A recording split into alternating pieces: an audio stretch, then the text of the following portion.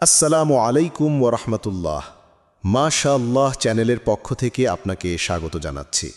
আজ আমরা এমন একটি বিষয় নিয়ে কথা বলবো যা আমাদের অনেকের জীবনের এক কঠিন বাস্তবতা, পরিবারে অশান্তি। সেই ঘর যা আমাদের প্রশান্তির আশ্রয়স্থল হওয়ার কথা ছিল, অনেক সময় সেখানেই বিরাজ করে অস্থিরতা, কলহ এবং দূরত্ব। কিন্তু কেন? আমরা কি কখনো ভেবে দেখেছি এই অশান্তির মূল কোথায়? আজকের এই আলোচনা আমাদের নিয়ে যাবে পবিত্র কোরআন ও হাদিসের জ্ঞান সমুদ্রের গভীরে। আমরা খুঁজে বের করার চেষ্টা করব আমাদের সৃষ্টিকর্তা এবং তার প্রিয় রসূল সাল্লাল্লাহু আলাইহি ওয়াসাল্লাম এই কঠিন সমস্যা থেকে উত্তরণের জন্য কি পথ দেখিয়েছেন। এমন কিছু শক্তিশালী সমাধান যা আপনার পারিবারিক জীবনকে বদলে দিতে পারে ইনশাআল্লাহ। তাই শেষ পর্যন্ত আমাদের সাথেই থাকুন। পরিবারে অশান্তির আগুন জ্বলে ওঠে ছোট ছোট স্ফুলিঙ্গ থেকে। পারস্পরিক শ্রদ্ধার অভাব, ভালোবাসার ঘাটতি, ধৈর্যের বাঁধ ভেঙে যাওয়া, অর্থনৈতিক চাপ এবং সর্বোপরি ইসলামী জীবন বিধান থেকে দূরে সরে যাওয়াই এগুলোই প্রধান কারণ। মহান আল্লাহ তাআলা বলেন, সম্পদ ও সন্তান সন্ততি দুনিয়ার জীবনের সৌন্দর্য, কিন্তু এই সৌন্দর্য তখনই বজায় থাকে যখন তা আল্লাহর নিয়ামত হিসাবে গ্রহণ করা হয় এবং তার দেখানো পথে পরিচালিত করা হয়। যখনই আমরা এই নিয়ামতগুলোর যথাযথ মর্যাদা দিতে ব্যর্থ হই, তখনই শুরু হয় অশান্তি। ইসলাম সুখী ও স্থিতিশীল পরিবার গঠনের জন্য সুস্পষ্ট নীতিমালা দিয়েছে। ভালোবাসা ও শ্রদ্ধার অভাব, একে অপরের প্রতি সহনশীল না হওয়া এবং আল্লাহর বিধান থেকে মুখ ফিরিয়ে নেওয়ায় পরিবারে অশান্তি ডেকে আনে। পারিবারিক শান্তির ভিত্তি হল স্বামী স্ত্রীর মধ্যকার সুন্দর সম্পর্ক। আল্লাহ তাআলা বলেন, এবং তার নিদর্শনাবলীর মধ্যে রয়েছে যে তিনি তোমাদের জন্য তোমাদের মধ্য থেকেই তোমাদের সঙ্গিনীদের সৃষ্টি করেছেন, যাতে তোমরা তাদের কাছে প্রশান্তি লাভ করো, এবং তিনি তোমাদের মধ্যে ভালোবাসা ও করুণা সৃষ্টি করেছেন। এই আয়াতের তিনটি গুরুত্বপূর্ণ শব্দ রয়েছে: প্রশান্তি, ভালোবাসা এবং করুণা। যেখানে এই তিনটি জিনিসের উপস্থিতি থাকবে, সেখানে অশান্তি টিকে থাকতে পারে না। এখন আমাদের করণীয় ধৈর্য ধারণ। যে কোনো পরিস্থিতিতে ধৈর্য ধারণ করা মুমিনের অন্যতম গুণ। উত্তপ্ত বাক্য বিনিময়ের চেয়ে চুপ করে যাওয়া সম্পর্ক পুনর্গঠনে সহায়ক হতে পারে। আল্লাহ ধৈর্যশীলদের ভালোবাসেন। নম্র ভাষায় কথা বলা। পারিবারিক অশান্তি নিরসনে নরম ভাষা ব্যবহার করা অত্যন্ত জরুরি। কঠোর বা কর্কশ ভাষা পরিস্থিতিকে আরও জটিল করে তোলে। পারস্পরিক ক্ষমা। একে অপরকে ক্ষমা করার মানসিকতা থাকতে হবে। মানুষ হিসাবে আমাদের ভুল হতেই পারে। ক্ষমাশীলতা আল্লাহর একটি মহান গুণ, যা আমাদেরও ধারণ করতে হবে। কৃতজ্ঞতা প্রকাশ।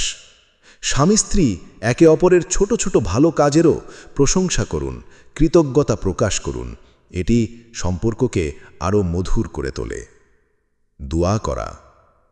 আল্লাহ পবিত্র কোরআনে আমাদের দোয়া শিখিয়েছেন, হে আমাদের রব, আপনি আমাদেরকে এমন স্ত্রী ও সন্তানাদি দান করুন যারা আমাদের চক্ষু শীতল করবে, এবং আপনি আমাদেরকে মুত্তাকিনদের নেতা বানিয়ে দিন।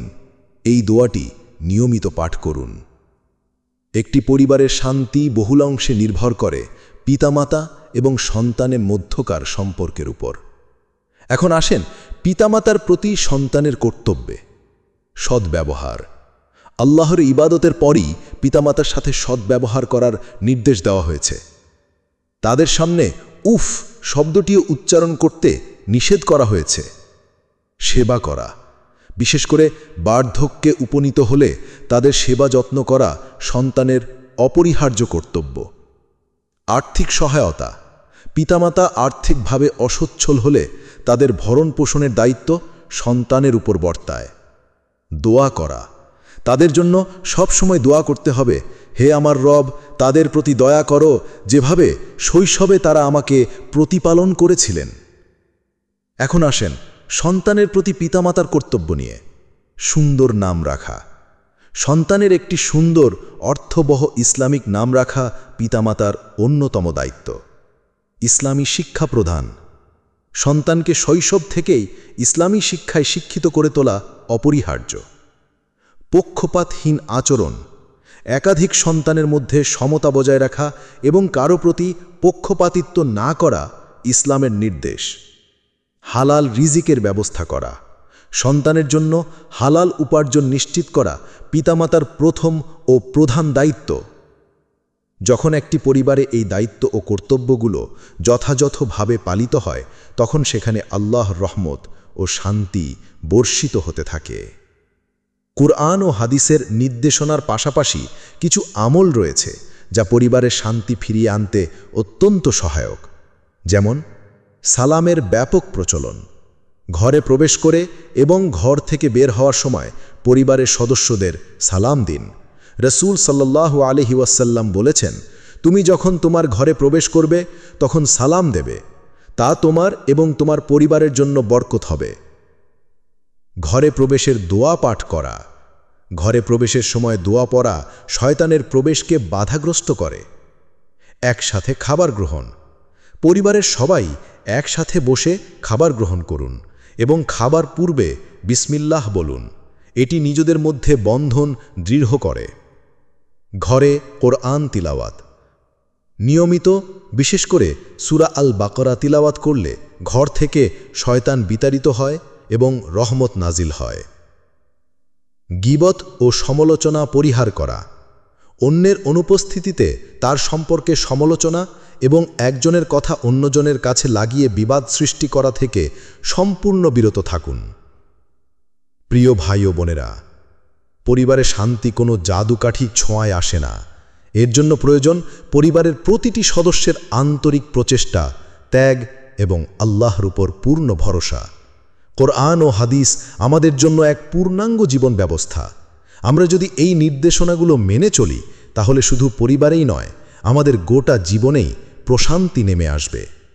আসুন আজ থেকে আমরা নিয়ত করি, আমরা আমাদের পরিবারকে একটি জান্নাতের টুকরো হিসাবে গড়ে তুলব। একে অপরের প্রতি আরও বেশি সহনশীল হব, ভালোবাসব এবং শ্রদ্ধা করব। ছোট ছোট ভুলগুলোকে ক্ষমা করে দিয়ে সম্পর্কের যত্ন নেব এবং সর্বোপরি জীবনের প্রতিটি ক্ষেত্রে আল্লাহর সাহায্য চাইব। আল্লাহ আমাদের সবাইকে তার দেখানো পথে চলার এবং আমাদের পরিবারগুলোকে শান্তিময় করার তৌফিক দান করুন। আমিন। আপনি যদি মনে করেন এই কথাগুলো আপনার হৃদয় ছুঁয়েছে, তাহলে আমাদের মাশাআল্লাহ চ্যানেলটি সাবস্ক্রাইব করুন। আসুন একসাথে গড়ে তুলি আল্লাহ ভীতির আলোয় আলোকিত একটি জীবন।